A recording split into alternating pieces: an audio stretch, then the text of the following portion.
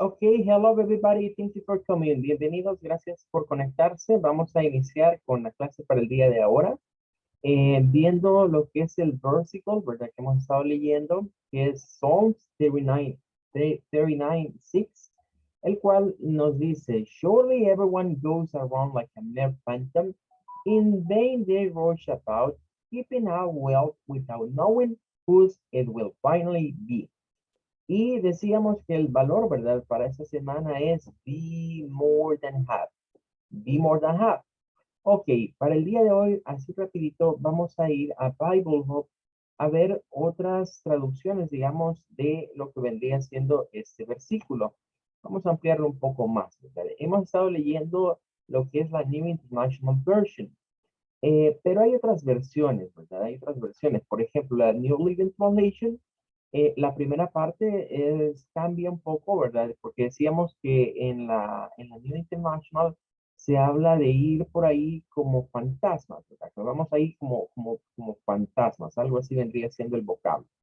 Pero la New Living Translation se parece un poco más a la versión en español que dicen desde Phantom, ¿verdad? Dice, we are merely moving shadows, que lo podríamos traducir como somos como meras sombras que se mueven, ¿verdad? O meras sombras en movimiento. Luego, la siguiente parte siempre está el verbo rush, ¿verdad? Nada más que aquí está como rushing, pero con la expresión busy rushing. Eso se refiere a estar ocupado, ¿verdad? A estar preocupado, ¿verdad? Decíamos que rush tiene que ver con las cosas que están como en el pico, ¿verdad? O las horas pico, pero en este caso se refiere más al hecho de andarse preocupando, ¿verdad? Andar con las cosas muy arriba, muy pensando en ellas todo el tiempo. Eh, y dice, and nothing. Podríamos decir, bueno, todas nuestras ocupaciones terminan siendo nada, ¿verdad? O nuestras preocupaciones terminan siendo nada. We hip hop well. Vuelve a aparecer algo parecido a hipping up, ¿verdad? Hipping up well, que vendría siendo como hip hop, como acumular wealth es riqueza, ¿verdad? Entonces esto vendría siendo acumulando riqueza, ¿verdad? Not knowing who will spend it. Esa sí cambia un poco, ¿verdad? La anterior literalmente nos dice sin saber de quién serán, ¿verdad? Esas riquezas. Pero ese dice not knowing, no sabiendo who will spend it. ¿Quién las gastará, verdad? Así vendría siendo esta. La English Standard siempre va con la idea de, en vez de un phantom, de hablar de un shadow, ¿verdad? Surely a man goes about as a shadow. Ciertamente el hombre va por ahí, ¿verdad? Como una sombra. Surely for nothing they are in turmoil. Por nada ellos están envueltos en preocupación, ¿verdad? Man heaps up wealth, nuevamente, heat up wealth, como acumulando riquezas, and does not know who will hear, sin saber, pues, a quién le quedarán, ¿verdad? ¿Y quién serán al final? Bueno, ahí tendríamos entonces esto, ¿verdad? Que dependiendo de la versión, pues quizás esto hacen la comparativa de que la vida del hombre es como, en algunas versiones literal, como un fantasma, ¿verdad? Algo que aparece y desaparece, y en otras nos habla de una shadow. Pero al final de cuentas, ¿verdad? Todas coinciden en el hecho de que debemos de ser más que tener. Be more than have. Bueno, vamos a pasar entonces con el topic que estamos. Nos habíamos quedado viendo la parte de las prepositions, ¿verdad? Y estábamos trabajando ya en la parte de las charts. Estábamos en la green one. Esta de color verde, ¿verdad? Nos contiene información respecto de lo que vendría siendo preposition utilizadas para place. Vamos a continuar, ¿verdad? Con este topic. Ya habíamos hablado las primeras tres, ¿verdad? Decíamos que son las más usadas. In, acción, que hay algunas situaciones en las cuales estas nos pueden confundir de acuerdo a su uso, pero aquí ya vimos claramente cuál es el uso que tienen. Decíamos que in se utilizaba para expresiones como estar en un cuarto, in the kitchen, in the bathroom, in the bedroom. Decíamos también que in se usa para cuando queremos decir que estamos en una calle o que estamos en una ciudad, en una city, en una town, o incluso en una country, que vendría siendo un país. Decíamos que también cuando la information está escrita sobre papel, ¿verdad? O contenida en papel, se usa in también, como in the book. También decíamos que para los means of transport o los medios de transporte donde entramos en ellos, ¿verdad? Donde estamos dentro de estos medios de transporte, pero son propios o son personales, pues usamos expresiones como in the car, in a taxi. Y también decíamos que cuando algo está dentro de una imagen, un cuadro, o en general, para referirnos a que estamos en el planeta, en el mundo, pues se usa in. Luego veíamos el uso de at, ¿verdad? Que tiene un uso que es similar a decir estar a la entrada de algo, como a las puertas de, ¿verdad? O estar parado, digamos, a la par de la entrada de un lugar, ¿verdad? Así lo debemos de ver. Es diferente a decir in, ¿verdad? Porque cuando decimos in es que como que ya entramos al lugar. ¿Verdad? En cambio, cuando usamos at, estamos diciendo que estamos a la entrada o a las puertas de ese lugar. Decíamos también que se usa para decir que estamos en una mesa, que estamos sentados esperando a alguien o esperando algo en una mesa para lo que son events también como un concert, una party y para los places que son parte de una daily routine, es decir, las cosas que visitamos con mucha frecuencia, ¿verdad? Y usamos, por ejemplo, at the school, at work, at cinema, at museum, at computer, es decir, dependerá de donde estemos, usamos at porque son lugares que frecuentamos. Y on, decíamos que lo íbamos a utilizar en aquellas situaciones donde algo está anclado, ¿verdad? De alguna manera está attached, está anclado a una wall. También para los places donde hay un river, ¿verdad? Donde, para referirse que ahí hay un río. Luego tendríamos lo que vendría siendo las cosas que están sobre surfaces, en superficies, para referirnos a que algo está a la izquierda o a la derecha también, ¿verdad? Pero decíamos que con estas hay que tener cuidado porque también se puede usar at left y at right. Y hay diferencia entre on left y on right más que todo en términos del movimiento, ¿verdad? Eh, Luego veíamos que también para estar en un piso, ¿verdad? Para decir en el piso en el que nos encontramos, se puede usar on. Para el transporte público también se utiliza on. Y para cuando estamos viendo algo on the TV or maybe on the radio, escuchando algo. Bien, ahora vamos a continuar con el siguiente bloque.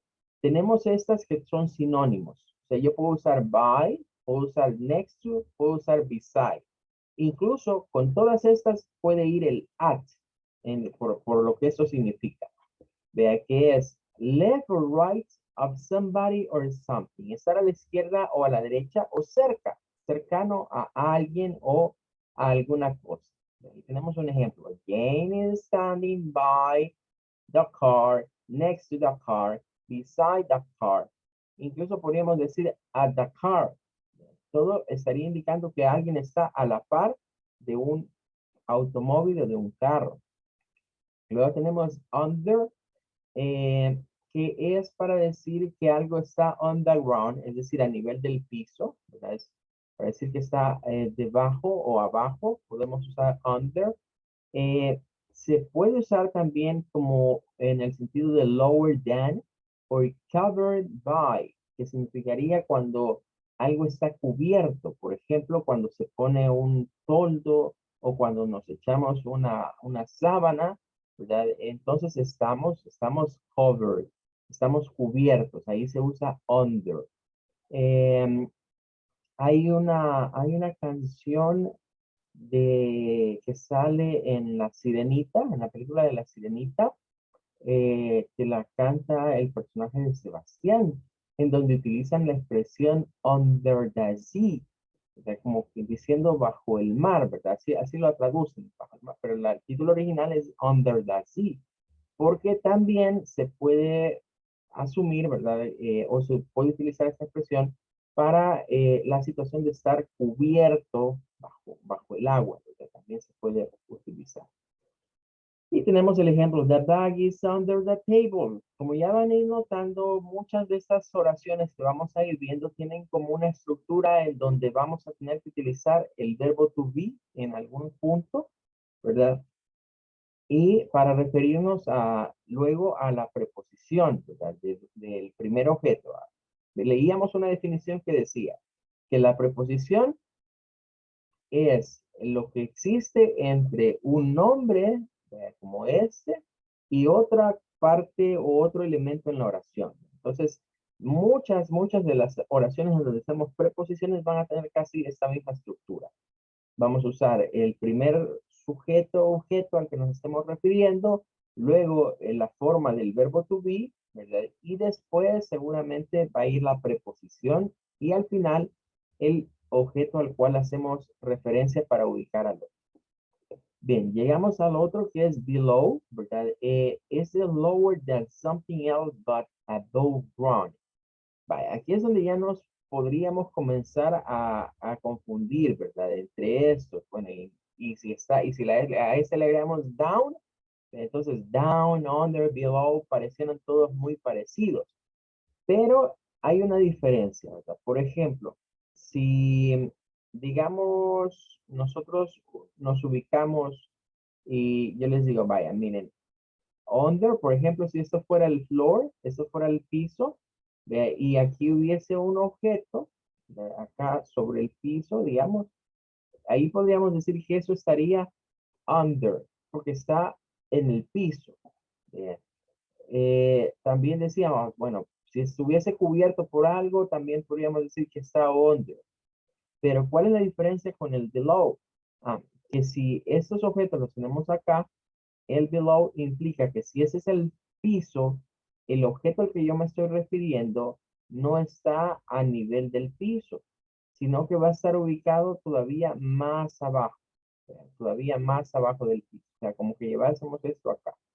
Entonces, si lo rojo es el piso y yo me refiero a un objeto con below, es porque está abajo del piso o abajo, digamos, de lo que vendría siendo como la tierra o el terreno. Entonces ahí viene alguna diferencia. Vea, por ejemplo, cuando alguien me entierra, o sea, a las personas que están enterradas, podríamos decir que están below, porque quedan debajo del nivel de la tierra o del piso. Tenemos ahí un ejemplo que nos dice, the fish are below the surface. Volviendo, por eso les mencionaba los de la sirenita, ¿verdad? Como ellos están bajo el mar, en la profundidad del mar, ¿verdad? Están below respecto de qué? De la superficie. Están below respecto de la superficie. Pero están under the sea, ¿verdad? Porque están cubiertos. Ahí es donde debemos de tomar en cuenta que estos van a ir teniendo diferentes significados. Aunque en algunos puntos parecieran sinónimos, se diferencian. Luego encontramos over. Over vendría siendo casi que el contrario de under. Es casi el contrario de under. Nos dice covered by something else. Miren, este era cubierto por, pero este es cubierto por algo más. O sea, por ejemplo, cuando nos ponemos la ropa, nuestra ropa está over the body, está encima del cuerpo. Entonces, o cuando, por ejemplo, aquí dice put a jacket over your shoe. Ponerte una chaqueta sobre tu camisa. Entonces, tendríamos acá algo que se ve parecido, pero es diferente. El under es estar cubierto o rodeado, digamos, por algo. O sea, que algo nos tiene cubierto, pero este es cuando algo cubre a otra cosa. También se puede utilizar over en términos de querer decir más que, o sea, estar arriba del promedio. o arriba de cierta medida. Por ejemplo, si alguien nos dice over 16 years of age, o si nos dicen over 19 years, over 20 years, pues están diciendo que van a tomar en cuenta o que solo pueden entrar a un lugar los que estén arriba, entonces arriba de eso, que cubran esa edad. Por ahí va más o menos la idea de over, de cubrir hasta esa edad, o estar por encima de eso.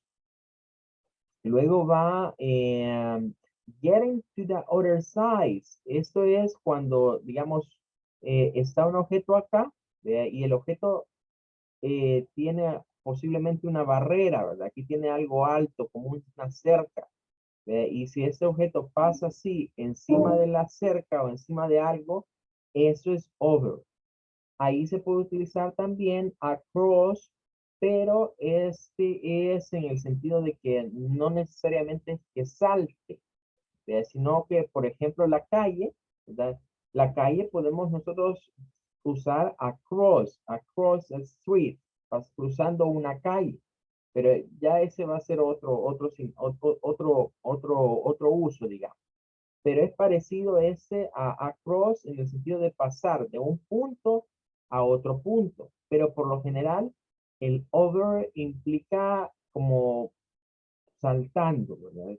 Generalmente se usa para saltar, aunque también puede usarse parecido a cross, como por ejemplo este, walk over the bridge, como quien dice caminar sobre el puente. Claro, el puente es el medio para pasar de un lado a otro.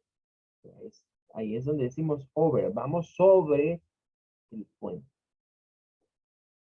Overcoming an obstacle. Ese es precisamente el uso que estábamos diciendo de pasar de un lado a otro, pero con un obstáculo, con algo en medio. Es decir, como cuando nosotros decimos saltar algo, ¿verdad? Aquí está como climb over the wall, que vendría siendo como escalar por encima de una pared, o sea, pasar la pared de un lado a otro, un muro. Aquí decimos la expresión tirarse un muro. Entonces, en inglés sería over the wall. Bien. Seguimos con above. Above. Este es higher than something else that not directly over it. Vaya.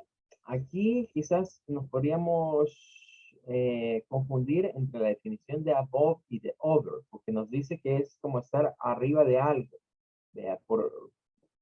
Pero si volvemos a dibujar, ¿verdad? Y a ilustrarlo, por ejemplo, si ponemos acá un objeto, ¿verdad? Over podría ser, por ejemplo, si ese objeto lo moviésemos hacia acá, podríamos decir, esto está over. Incluso puede haber hecho el movimiento de aquí para acá, ¿verdad? Y eso es que pasó over. Pero above es estar arriba, pero no necesariamente tanto arriba. Puede ser un poquito arriba, ¿verdad? Pero no necesariamente hasta acá, que lo sobrepase. Es como estar en la parte superior, ¿verdad? De algo, pero ligeramente arriba, no necesariamente tan alto. Ahí es donde se usa above. Tenemos un ejemplo acá que dice a path above the lake. Nos están hablando de un lago, ¿verdad? Y imaginemos que hayan hecho un camino, que no es un bridge, no es un puente, es un camino que está como por encima de la superficie del agua, ¿verdad? Del lago, pero no está tan alto como un bridge, o sea, como que quedara cabal, ¿verdad? A veces a veces en algunos riachuelos o algunos estanques pequeños ponen unas piedras grandes que sobresalen, como para uno ir pasando sobre las piedras, ¿verdad? Ir caminando sobre las piedras. Eso sería above, ¿verdad? Porque está casi que al nivel del agua, no lo sobrepasa. Luego tenemos across, que ya decíamos, puede ser usada como over en términos de que yo me imagino, por ejemplo, un camino. Entonces, normalmente para across tenemos que pensar en algo como un camino, ¿verdad? Digamos que está un camino y queremos llegar de un lado a otro. Entonces nos encontramos, por ejemplo, acá y tenemos que pasar de aquí para acá. Aquí se usa across. En términos, por ejemplo, de llegar a otro lado. Across. También se puede usar across para, por ejemplo, decir que voy a pasar por un puente. Este es parecido al over. Es casi el mismo uso. O también se puede usar, por ejemplo, para cuando se nada. Vean, swim across the lake. Nadar de un lado a otro. Vean, atravesar. Eso puede ser también otra forma de ver across como atravesar, ¿verdad? Desde un punto hacia el otro punto. Pero en términos de llegar, del movimiento, ¿verdad? De llegar de este lado al otro lado. Ahí viene otro más, ¿verdad? Que también lo vamos a ver como atravesar, pero este es diferente a across, porque across incluso podría venir derivado de la palabra cross, o sea, si quitamos el A y nos quedamos con cross, que significa cruz, que por tanto nos dice esto es como cruzar. Entonces, la traducción muchas veces apunta más a cruzar, pero también puede ser atravesar. Pero esta es propiamente atravesar un cuerpo. Este es atravesar de un punto a otro, ¿ya? Pero no pasamos por un cuerpo. En cambio, through sí implica pasar por un cuerpo que nos dice que tiene limits como top, bottom, and side. Esta expresión, lo más normal es que se utilice para cuando cruzamos objetos como un túnel, right through the tunnel. Como que dice, bueno, conduzca a través del túnel. Eh, si alguien va en un car, va a ir through the tunnel. También lo podemos usar para cualquier objeto, ¿verdad? Que atraviese literalmente a otro, ¿verdad? Que ingrese por un punto y salga por otro punto. Luego llegamos a to. En este caso, to es para indicar movement, movimiento, puede ser de una persona o hacia, por ejemplo, un edificio. Movimiento de un place hacia un lugar o a una ciudad, un país. E incluso lo usamos para indicar que nos vamos a la cama o a cualquier parte. O sea, este, como pueden notar, por lo general va a ir acompañado, miren, del verbo go. O sea, esto ya lo vimos varias veces, ¿verdad? Go to, en la de la rutina lo usamos mucho. Go to, goes to, si es la tercera persona, ¿verdad? Y pues indicamos hacia dónde nos movemos, ¿verdad? Go to the cinema, go to London, to Ireland, go to bed, go to school, go to work, go to home. Entonces el go to es uno de las más usadas también. Bien, luego tenemos into. En el sentido de into que está acá, ¿verdad? Es diferente al in. In por sí solo ya vimos sus usos, pero into normalmente se aplica a cuando, vaya, supongamos nosotros tenemos un objeto, ¿verdad? Digamos, tenemos una cajita. Si nosotros tuviésemos una cajita, ¿verdad? En donde depositar algo, entonces la diferencia entre in y into es el momento en el que las cosas se depositan, o se ponen, digamos, adentro. Por ejemplo, si tuviésemos un objeto y entonces decimos in, sería como llevar esto acá. Ahí estaría adentro, estaría in the box. Pero el into es el momento en el que se mete, es el momento en el que se mete un objeto dentro del otro. Entonces ahí es donde se encuentra esa diferencia. Si no, quizás lo voy a explicar más gráficamente, ¿verdad? Yo tengo, por ejemplo, aquí este Ken, de ahí tengo aquí un screwdriver. Entonces, en el momento en el que yo hago esto, eso es into. Cuando eso queda ahí, ya está in. Ahí está in. Vea, pero en el momento en el que depositamos algo dentro de un contenedor, justo cuando se mete, eso es into. Es uno de los usos que tiene into. El otro uso que into tiene es cuando entramos, miren, a un cuarto. Diferente es decir in the kitchen a decir into the kitchen, porque estamos indicando con into el momento en el que se ingresa. Y normalmente lo traducimos como entrar, de entrar a un lugar, entrar a una parte, que es diferente de decir estar dentro, porque son dos puntos diferentes.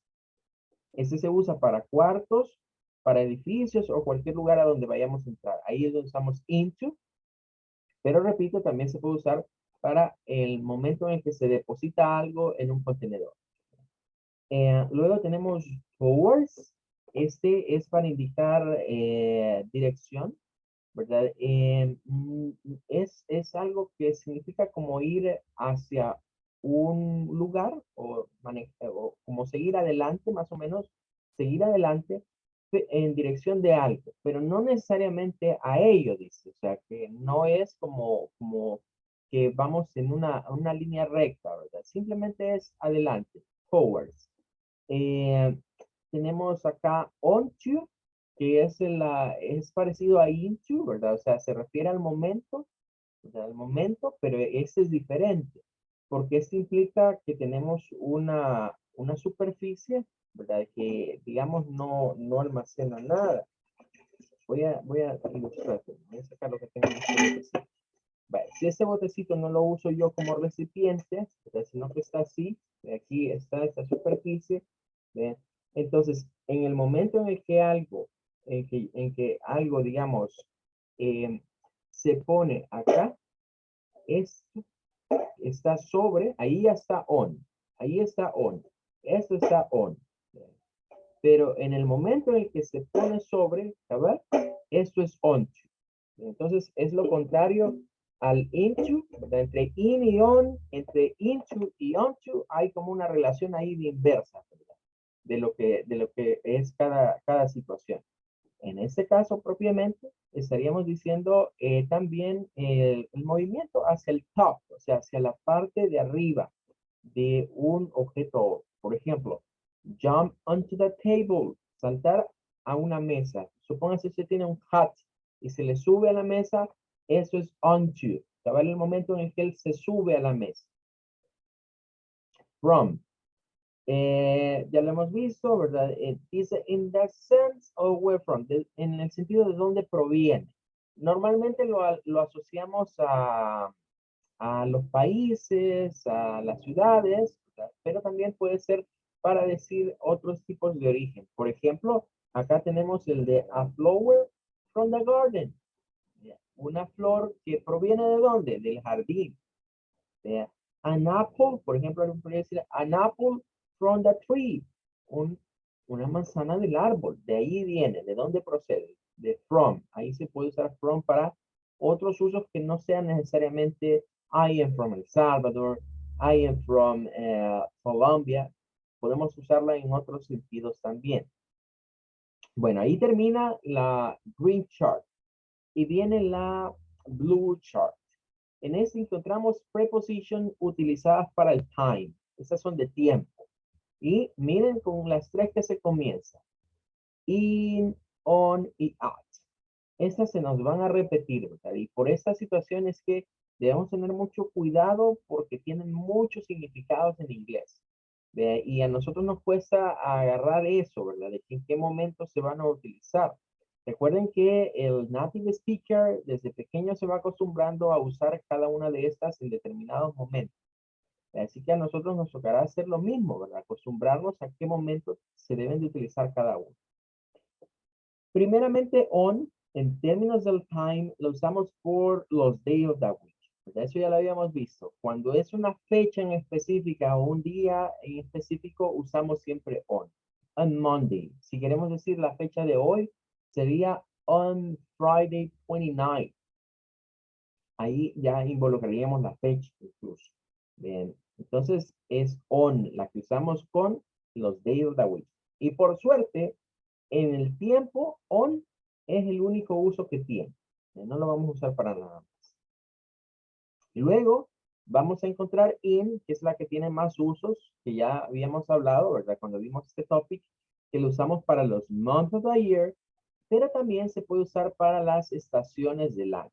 Vea, por ejemplo, decir in August, in winter, que de hecho ahorita allá ya están in summer, ahorita es el verano. Entonces se usa para las estaciones del año, los meses del año. También para la parte del día, ¿verdad? In the morning, in the afternoon, in the evening.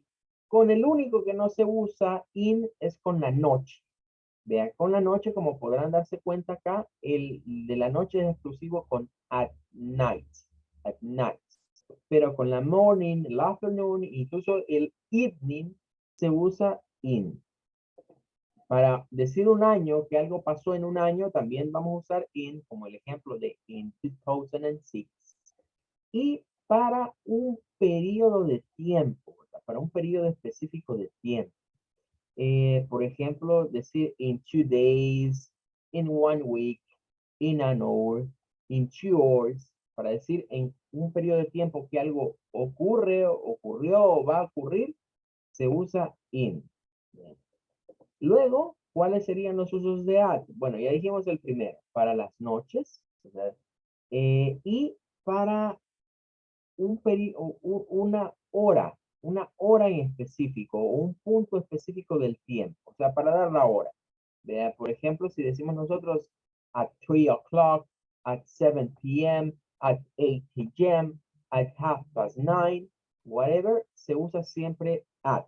Y eso ya lo habíamos adelantado cuando habíamos estado hablando lo de las daily routines, que siempre veíamos at acompañando a estas expresiones de tiempo. Y luego, la que dejé en medio es porque aquí hay una discusión, ¿ve? Hay una discusión. Y cabe de mencionar que lo que está aquí, ¿ve? Es más al estilo británico. Los británicos son de la concepción que para referirse al fin de semana se debe de utilizar at, porque es algo específico. Vean, ahora, los norteamericanos, ¿verdad? Dicen de que no se debe usar at, sino que se debe usar in, porque el fin de semana realmente es un periodo de tiempo para ellos que se conforma de 2 días, que es Saturday y que es el día Sunday. En lo que coinciden ambos es que no se debe usar on, o sea, no podemos decir on the weekend. Dicen, no es correcto el on, porque el on es para un día, es para un día nada más. Y el fin de semana tiene 2 días.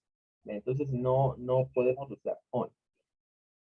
Así que ahí es de quedarse con uno, ¿verdad? Si usted dice in the weekend, está bien, ¿verdad? Y va a sonar más American English. Y si dice at the weekend, está bien y va a sonar más British English. Y luego llegamos al resto, ¿verdad? Since, perdón, este es since, que es para referirnos a desde, ¿verdad? Decíamos que es desde. Nos dice from the past till now, o sea, desde el pasado hasta la fecha actual, ¿verdad? Viniendo del pasado hasta la fecha actual.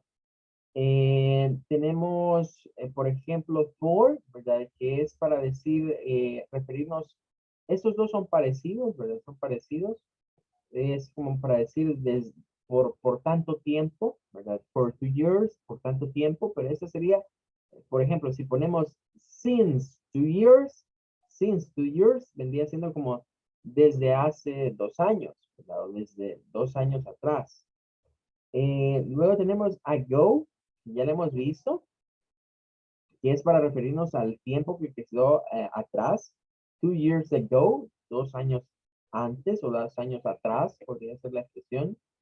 Before, que es para referirse a lo de antes. Nos dice yearly, before 2004, antes del 2004. To, también vuelve a aparecer acá, pero es para decir la hora. Vean, igual que past. Estos de acá, incluso before y after también se pueden utilizar para las horas, ¿verdad? Tenemos, por ejemplo, 10 to 6, que es como decir 10 a las 6. Entonces ahí el to se transforma en lo que en español decimos a las. Y el past, en este caso, 10 past 6, como 10 minutos o 10 pasados de las 6, para decir pasado. Estas tres significan lo mismo, ¿verdad? To, till o until, para indicar un periodo de tiempo con su principio y su final. Beginning and end. Esa es la diferencia que hay entre el till y until de aquí abajo. Que esta no necesariamente implica el periodo de tiempo exacto. En cambio, to, till, and until, en este sentido, sí indica un periodo de tiempo. Podemos decir from Monday to Friday, que es lo más común, ¿verdad? Como quien dice de lunes a viernes. Pero también podemos decir from Monday till Friday, que sería lo mismo, ¿verdad? Desde el lunes hasta este. O bien from Monday until Friday. Pero nótese que para usar estas así, debemos de utilizar otra más, que es from. Que en este caso, from aquí estaría utilizándose no para indicar una procedencia, sino para decir desde tal hora, desde tal día, o para indicar el periodo de tiempo de inicio. O sea, from se asocia al beginning y to, till o until se asocia al end, como hasta. Ahí es donde ya tenemos till y until con otro uso que no se puede involucrar el to, que es de how long, qué tanto va a durar algo.